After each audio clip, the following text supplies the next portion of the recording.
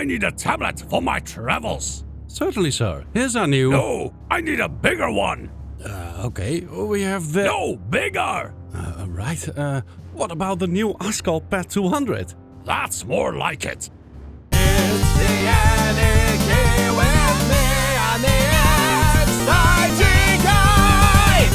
OSCAL was nice enough to send me this tablet to review, which I'll get to keep, so I expect some positivity. I have reviewed their Pad 90 last year, which, to be honest, did not impress me very much. This one is supposedly faster, bigger, better. Well, I'll be the judge of that, but let me unpack it first. In the box we are first greeted by a screen protector. And immediately after that, the Pad 200 itself. How do you get it out though? My fingers are too big. Ah well, this works. Glad they put it in a flip cover thingy already.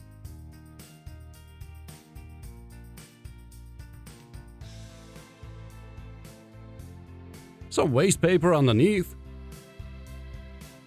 A stylus? Nothing special about this one. A Bluetooth keyboard comes in handy with its PC mode. Yep, it's a keyboard alright.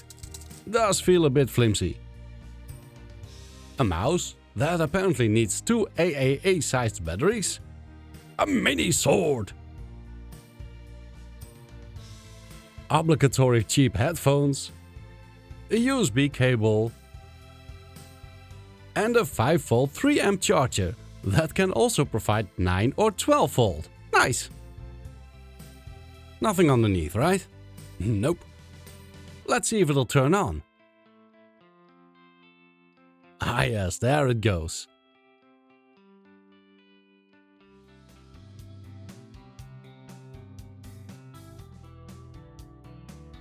And there's some of the specs on screen. 256 GB of internal storage. A Unisoc T7280 8-core processor. 8 GB of RAM.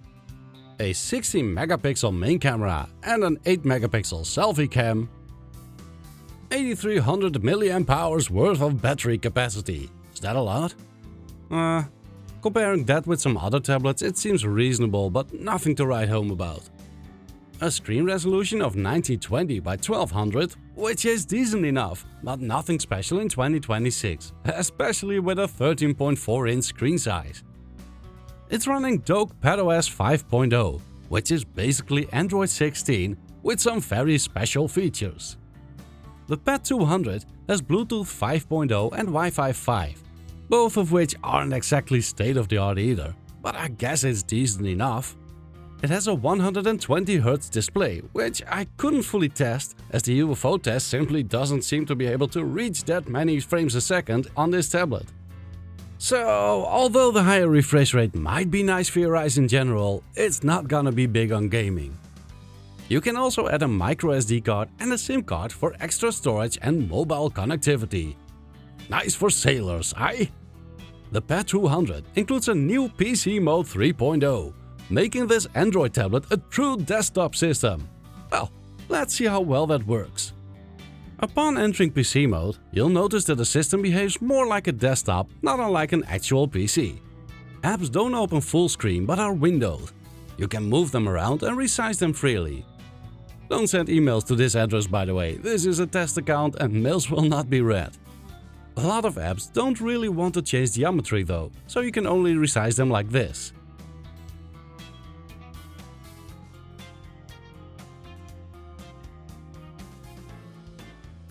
If you click the 3 dots on top, you get some icons to make the app full screen, back to being windowed, to minimize the app, or to close it. You can see this has been made with mouse controls in mind, but it works quite well by touch as well, or with a stylus if that's what you prefer. A missing feature here is to keep an app on a certain desktop, like most PC desktop environments would do by default. If you swipe over to the next desktop, or launcher page, or whatever you want to call it, the apps you have opened stay afloat on top of that. This way you can't easily switch between applications, which is a bummer, especially since it doesn't seem to be able to drive a secondary display, or at least not through my USB-C dock, so you'll have to make do with a tablet's 13.4-inch display.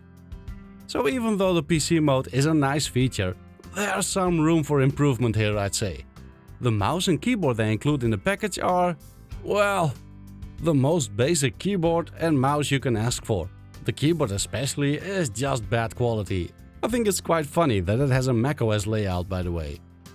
The mouse is okay, I guess.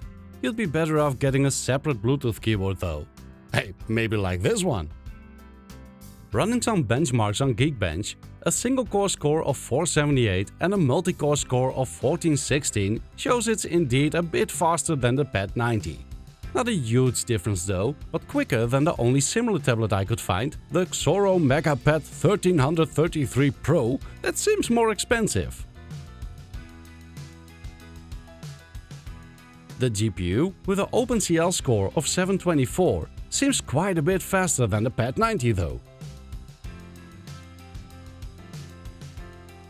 At this front, the Xoro MegaPad demolishes the Pad 200 though.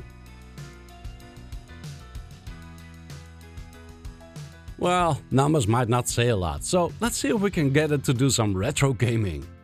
I can run Dreamcast games using the Flycast emulator at 1.5 times the original resolution, which will render games at 960 by 720. Any higher results in stuttering, no matter what I try.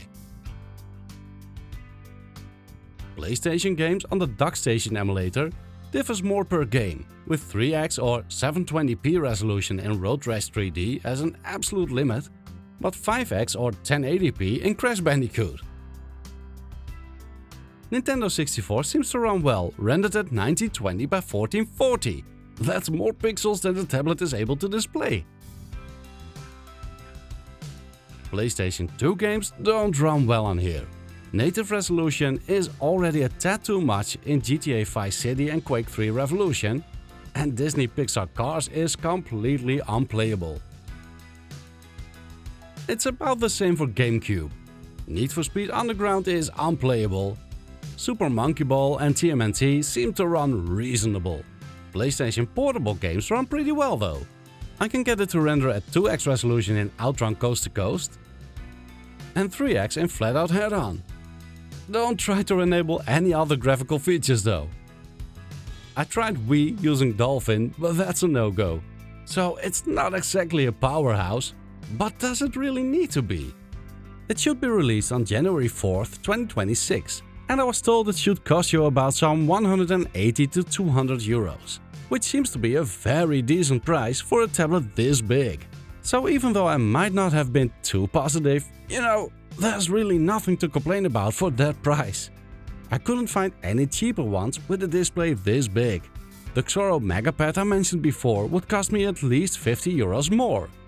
So if you somehow need a big ass 13.4-inch tablet, this might be a decent option to consider. That's all I have for you today. I hope you liked this video. Thank you very much for watching. Until next time!